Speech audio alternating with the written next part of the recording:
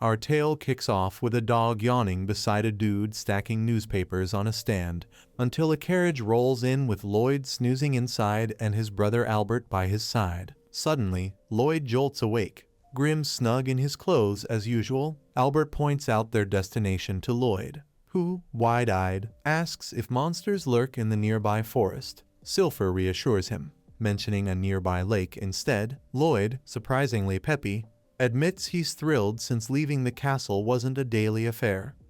Curious about the enchanted weapons, Lloyd queries Albert. Silpha, ever watchful, thanks Albert for letting her tag along. Albert brushes it off, considering her Lloyd's tutor and guard, but he hints at another sentiment brewing, jokingly drawing his sword, much to Silpha's amusement.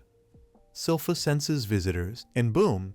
They're under attack by kobolds wielding steel swords. Soldiers rally to defend Albert and co. Lloyd, dripping with sarcasm, claims terror, while Grim wryly comments on his apparent clairvoyance. Turns out, Lloyd's been schooled in Kai techniques by Tao, granting him hyper-awareness. Handy, right? Lloyd's enchanted weapons slice through steel like butter, leaving jaws dropped. Subscribe to our channel to avoid ending up sliced like confetti by royal soldiers wielding Lloyd's gear. Lloyd revels in his successful enchantment, prompting Albert to gush over his genius little bro. Lloyd plays coy, while Silpha, slaying kobolds, praises his skills, but Lloyd sweats bullets knowing he hasn't touched Silpha's sword. Just as a kobold eyes Lloyd, Tao swoops in with a kick, landing gracefully on a horse, claiming she sensed a hottie. Oops, scratch that, she meant monsters. She introduces herself as Tao, the adventurer, here to save the day. Lloyd's panicking, nearly blurting out Robert's name. Unaware Tao's presence, she's suspicious, mistaking him for someone else. Tao scrutinizes Lloyd's face, convinced he's Robert. Panic mode activated. A kobold attacks, but Silpha leaps to the rescue, shielding Tao and Lloyd. Tao assures Silpha she's got this, warning against underestimating Kai. Tension simmers between Silpha and Tao until Albert swoops in, thanking Tao and suggesting they head to the lake together. As night falls, Albert thanks Tao for their safe arrival at the lake, introducing himself as the second prince of Saloum. Tao's shocked by his royal status, apologizing for her rudeness, secretly swooning over his looks.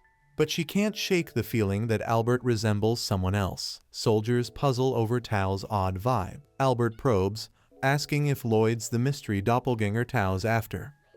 Meanwhile, Lloyd hides in his tent, regretting his Kai shenanigans, while Grim warns against dropping the act. When Silpha appears, Lloyd snaps, questioning her presence in his tent, unaware of her need to change post-battle, and she says she's bunking in the same tent. Lloyd's not having it. She argues that since all the soldiers there were Albert's guards, she's the only one who can protect Lloyd. Lloyd protests, saying he can handle himself, but she's not letting him go, insisting he stays put.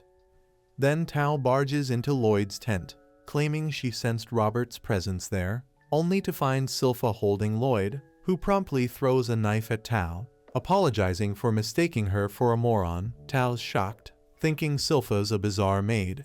They start a jealous brawl over Lloyd, while the soldiers watch like it's a championship match. As the chaos unfolds, Lloyd sneaks away, thinking this circus is even more suffocating than the castle. To Albert, Lloyd's a heartthrob, but to Lloyd, it's just a joke. Albert notes Silpha's change since she started caring for Lloyd, while Silpha demands to know why Tao's there.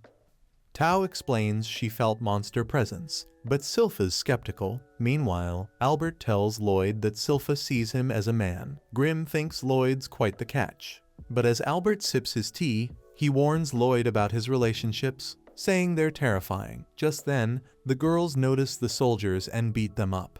Albert, reinforcing his earlier warning to Lloyd, Tao tells Silpha she was hired to fix an old temple and points it out atop the hill.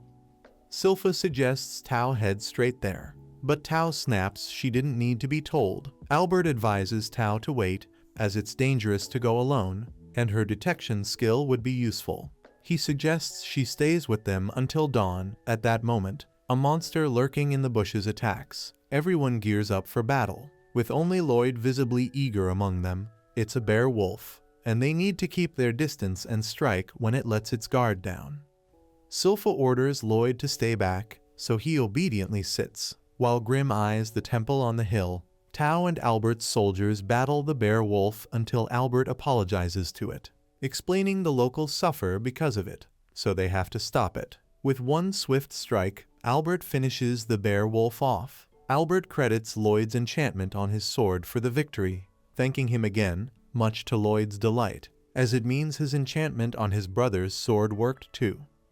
Grim suddenly remembers the temple atop the hill seals a demon. As the defeated bear wolf rises, other monsters appear, and a voice accuses them of hurting its servants. Demon Pazuzu emerges from one of them, vowing they'll pay with their lives. Tao and Albert continue the fight.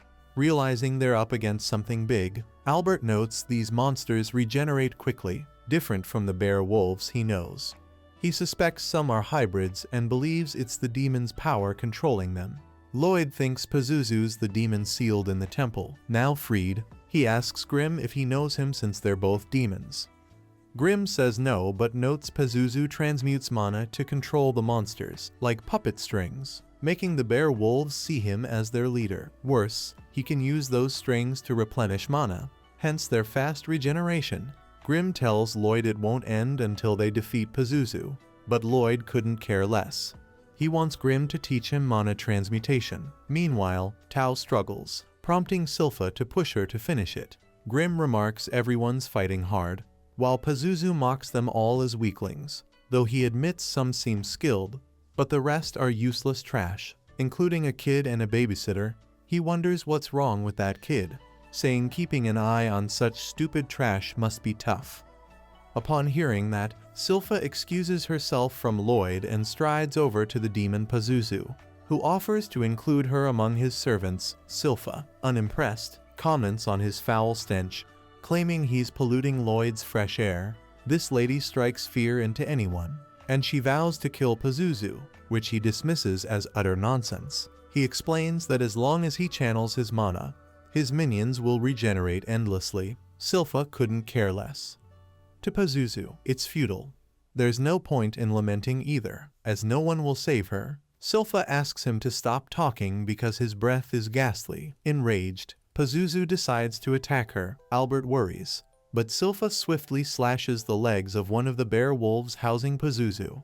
She tells him she doesn't mind, but he should ditch one of those skins, as he won't be keeping up with her like that. Pazuzu regenerates the legs, but suddenly they become sluggish, and so does the regeneration. Albert realizes Pazuzu is concentrating to regenerate that bear wolf and tells Silpha to attack as much as she can until they get a chance to strike. Meanwhile, Grim demonstrates to Lloyd how delicate mana transmutation is. Surprisingly, Lloyd picks it up easily, generating a fragrant flower. Grim's astonished at how perfect it is, and they both sniff it, finding it pleasant. While Silpha pounds on Pazuzu, he wonders what kind of maid she is, seeing no opening to attack. He can't comprehend how such a skilled person is just a babysitter. Meanwhile, Silpha is thrilled to be using a sword enchanted by Lloyd. Pazuzu, curious, decides to dissect Lloyd first to examine his organs, only to realize he's just a pile of flesh. He tries to bite Silpha, thinking she fell for his taunt, but she calmly thrusts her sword into the roof of the bear wolf's mouth. She informs him she's from the Langley's clan and delivers a mighty blow, enraging Pazuzu, who calls her nothing but a maid, but she keeps attacking until he finally exits the skin. Now exposed, Albert, Tao, and the soldiers are shocked by Silpha's performance.